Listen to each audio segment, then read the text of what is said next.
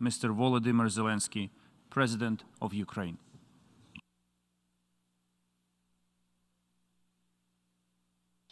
Greetings to all people of the world who value peace and unity between different and equal nations. I wish you all peace. I thank you that we are united in our striving to restore peace and to guarantee peace for any nation that has become a victim of the armed aggression. A crime has been committed against Ukraine, and we demand just punishment. The crime was committed against our state borders. The crime was committed against the lives of our people. The crime was committed against the dignity of our women and men. The crime was committed against the values that make you and me a community of the United Nations. And Ukraine demands punishment for trying to steal our territory, punishment for the murders of thousands of people, punishment for tortures and humiliations of women and men, punishment for the catastrophic turbulence that Russia provoked with its illegal war, and not only for us, Ukrainians, but for the whole world, for every nation that is represented in this hall of the UN General Assembly.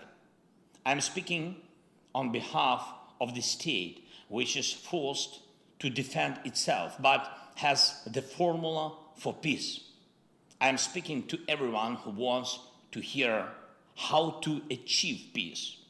I will present a formula that can work not only for us, but for everyone who may find themselves in similar circumstances as we did. It's a formula that punishes crime, protects life, restores security and territorial integrity, guarantees security, and provides determination. There are 5 preconditions for peace. Dear Mr. President of the General Assembly, dear Secretary General of the United Nations, dear heads of states and governments, dear journalists, nations of the world, Ukraine wants peace. Europe wants peace. The world wants peace. And we have seen who is the only one who wants war. There is only one entity among all UN member states who would say now, if he could interrupt my speech, that he's happy with this war, with his war. But we will not let this entity prevail over us, even though it's the largest state in the world. Ukraine showed strength on the battlefield, using its right to self-defense in accordance with Article 51 of the UN Charter, and no one will reproach us now or in the future with weakness or inability to fight for ourselves, for our independence. We are achieving a result in this fight, and we see what the end of this war will be and what will be the guarantees of a stable peace. The UN Charter proclaims the equality of nations, and we proved that Ukraine is equal among the equals. The UN Charter protects the inviolability of borders, and we confirm our state borderline by expelling the occupiers outside. The UN Charter stipulates the value of human rights, dignity, and life, and we also stipulate them with every Ukrainian city freed from Russian occupation. We didn't provoke this war. We held 88 rounds of talks in various formats to prevent this war, just from the beginning of my presidency until February 24 this year. But Russia, instead of stopping the crime of aggression, which it started back in 2014, turned it into a full-scale invasion, and we have no choice but to defend ourselves. We do it. We push the aggressor beyond the internationally recognized border of the Ukrainian state. And this is the first item of our peace formula. Comprehensive item. Punishment. Punishment for the crime of aggression. Punishment for violation of borders and territorial integrity. Punishment that must be in place until the internationally recognized border is restored, until the aggression stops, and until the damages and losses for the war are fully compensated. Therefore, sanctions against the aggressor are part of the peace formula. Blocking the trade and relations with the aggressor is a part of the peace formula. All this is a punishment. So long as the aggressor is a party to decision-making in the international organization, he must be isolated from them, at least until aggression lasts. Reject the right to vote. Deprive delegation rights. Remove the right of veto if it is a member of the UN Security Council, in order to punish the aggressor within the institutions. We shouldn't turn a blind eye to propagandists who justify aggression, but apply a full package of personal restrictions against them. That is a punishment for lying. Citizens of the aggressor state shouldn't be allowed to enjoy tourism or shopping in the territory of those who value peace, but should be encouraged through visa restrictions to fight against the aggression of their own state. Punish for abetting the evil. A special tribunal should be created to punish Russia for the crime of aggressor against our state. This will become signal to all would-be aggressors that they must value peace or be brought to responsibility by the world. We have prepared precise steps to establish such tribunal. They will be presented to all states.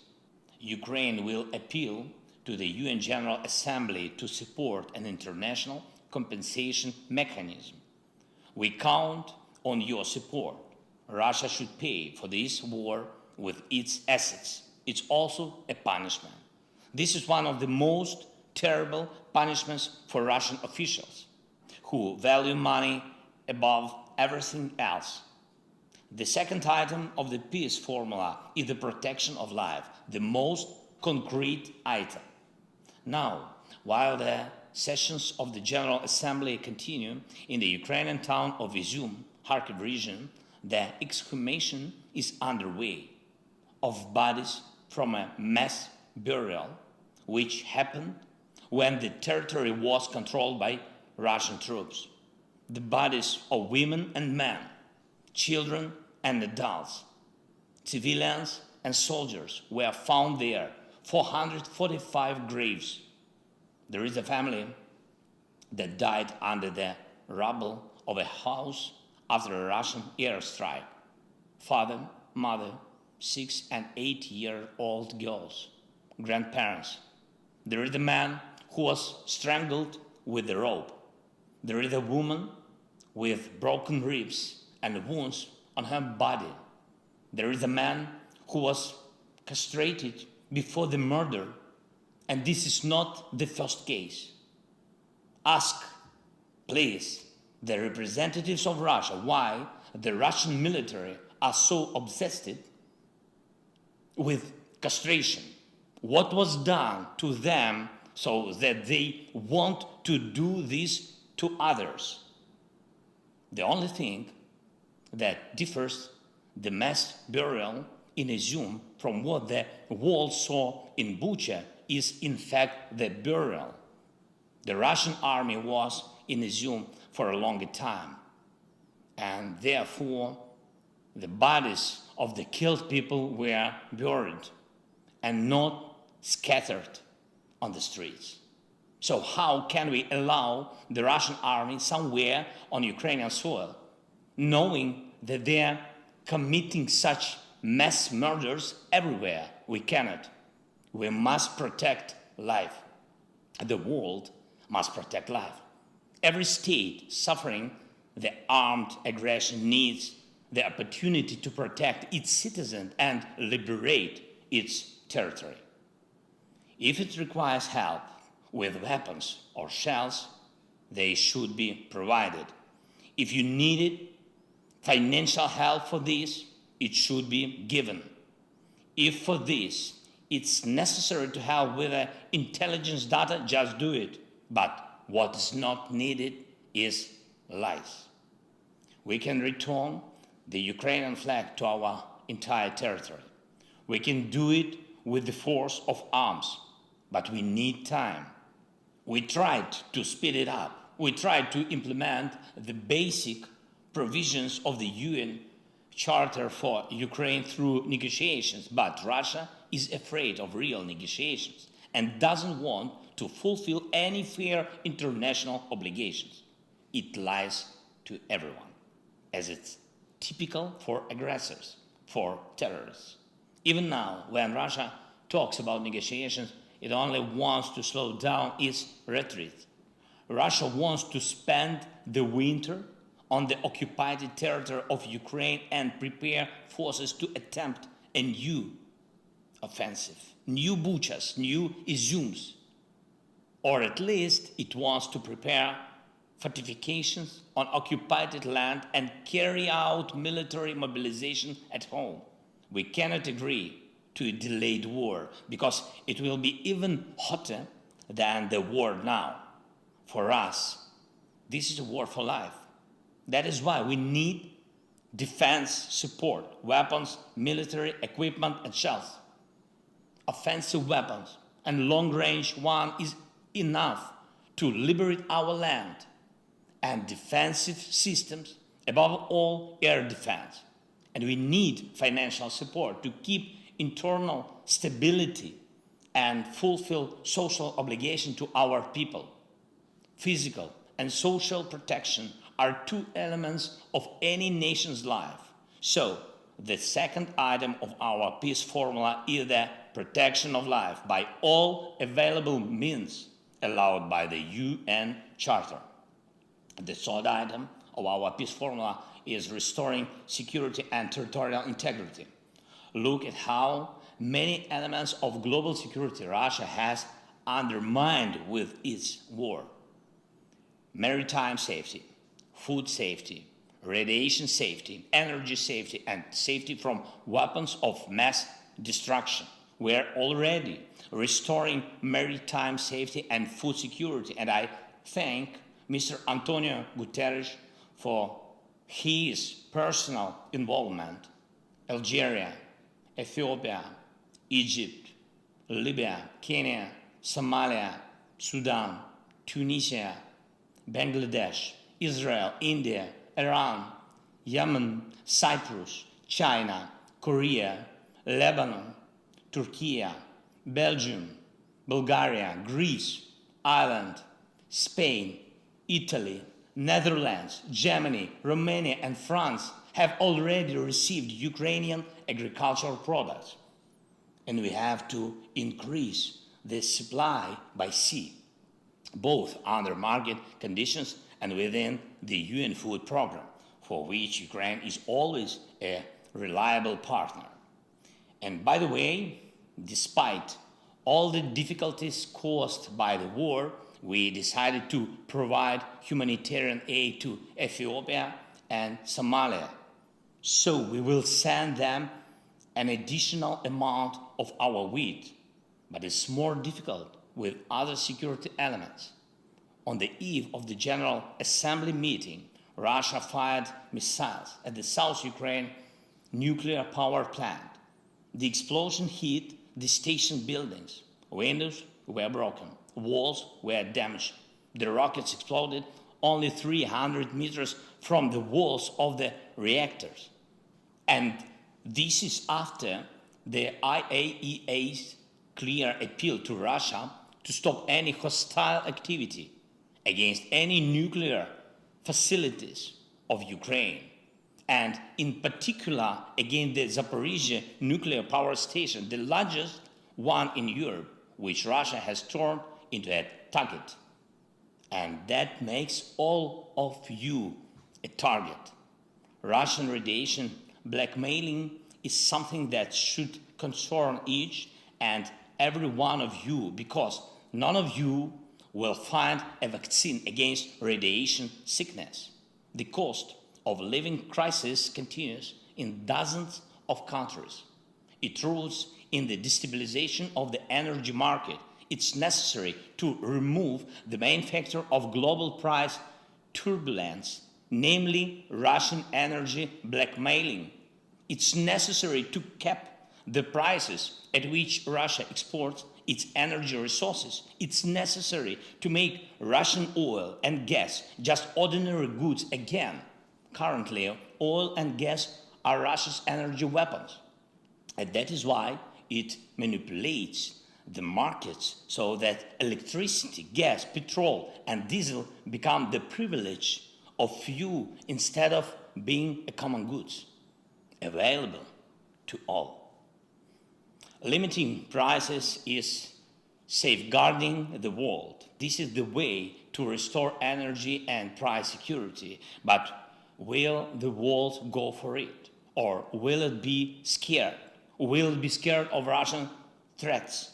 It's necessary to take only one strong step, after which everything will become clear. The time has come for this. This step will put everything in place. After the Russian missile terror, after the massacres, after Mariupol, after the burning of the Ukrainian prisoners in Olenivka by the Russian military, after blocking the ports, after the strikes of the Russian tanks and missiles on nuclear power plants, and after threats to use nuclear weapons, which have become the rule, not the exception for Russian propagandists. We must finally recognize Russia as the state of sponsor of terrorism at all levels, in all countries that confess the values of peace and protection of human life, legally, politically. If you don't have a legal mechanism, you can make a political decision in the parliaments. This is the foundation for restoring global security. If this strong step is taken, doubts will disappear whether to take other important steps. And what is very sensitive is the border, the territorial integrity.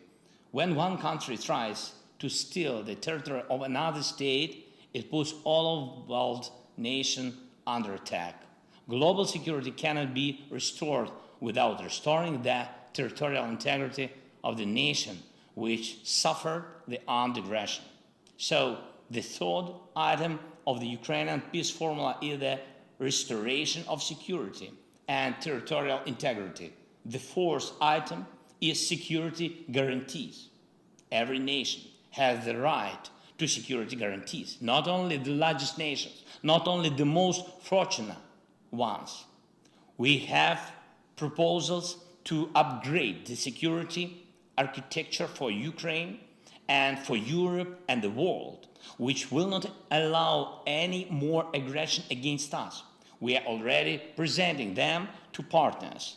Proposals for legally binding multilateral and bilateral treaties. These are the conditions for the guarantors to act and the timeline for their actions to bring results. Results on land, at sea, and in the air, in diplomacy and politics, in economy and finance, in providing weapons and intelligence. Each of you who will receive the text of our peace formula will also see the details of what we offer as security guarantees. I do not want to compare our offers with the guarantees of any alliances that exist on the planet now. I want to stress that it is always much better to guarantee the security of a nation preventively rather than to stop a war after it has already begun. And the fifth item of the Ukrainian peace formula is the determination, something without which the other four items will not work. This is our determination to fight. This is the determination of the partners to help us and also themselves. And this is the determination of the world to unite around the one who fights against armed aggression and to call to order the one who threatens all. So, all five items of our formula: punishment for aggression, protection of life, restoration of security and territorial integrity, security guarantees, and determination to defend oneself. This is the formula of crime and punishment, which is already well known to Russia. And this is the formula of justice and law, an order that Russia has yet to learn, as well as any potential aggressors. What is not in our formula? Neutrality. Those who speak of neutrality when human values and peace are under attack mean something else. They talk about indifference, everyone for themselves. Here is what they say. They pretend to be interested in each other's problems. They take care of each other formally.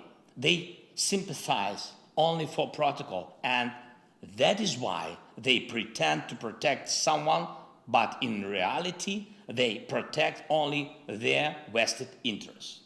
This is what creates the conditions for war. This is what needs to be corrected in order to create conditions for peace. All you need is determination. There was a lot of talking about reforming the UN. How did all end? No result. If you look carefully at our peace formula, you will see that its implementation is already becoming a de facto reform of the United Nations. Our formula is universal and unites the North and the South of the world. It calls for the world's majority and encourages to expand the representation of those who remain unheard. This is an imbalance when Africa, Latin America, most of Asia, Central and Eastern Europe comply with the right of veto that they themselves never had. And this is what Ukraine is talking about. And have you ever heard such words from Russia? But it's a permanent member of the Security Council. For some reason. For what reason? No Japan or Brazil, no Turkey or India, no Germany or Ukraine. The day will come when this will be resolved. As for the talks between Ukraine and Russia, probably you have happened to hear different words from Russia about the talks, as if they were ready for them. But they talk about the talks but announce military mobilization. They talk about the talks but announce pseudo-referendums in the occupied territories of Ukraine. What is true then? The military mobilization in Russia is true. Sham referendums are also true. Russia wants war, it's true, but Russia will not be able to stop the course of history. Mankind and the international law are stronger than one terrorist state. Russia will be forced to end this war. The war, it has started. I rule out that the settlement can happen on a different basis than the Ukrainian peace formula. The further the Russian terror reaches, the less likely it's that anyone in the world will agree to sit at one table with them. And if my words will be followed by new Russian missiles and acts of terrorism, it will only prove their weakness. Russia's weakness, its inability to prevail over us, its inability to prevail over the world. It will only prove that 5 items of the Ukrainian peace formula must be implemented as soon as possible. We are ready for peace, but true, honest, and fair peace. That's why the world is on our side. And finally, I want to thank 101 countries that voted for my video address to take place. It was a vote not only about the format, it was the vote about principles. Only 7 countries voted against: Belarus, Cuba, North Korea, Eritrea, Nicaragua, Russia, and Syria. 7 who are afraid of the video address. 7 who respond to principles with a red button. Only 7. 101 and 7. France, if this coalition is against our determination, then I congratulate you all, because this means that peace will prevail over any aggression and that there is no obstacle for us to implement the peace formula. I thank you for your attention. Once again, I wish you all peace. Slava Ukraini!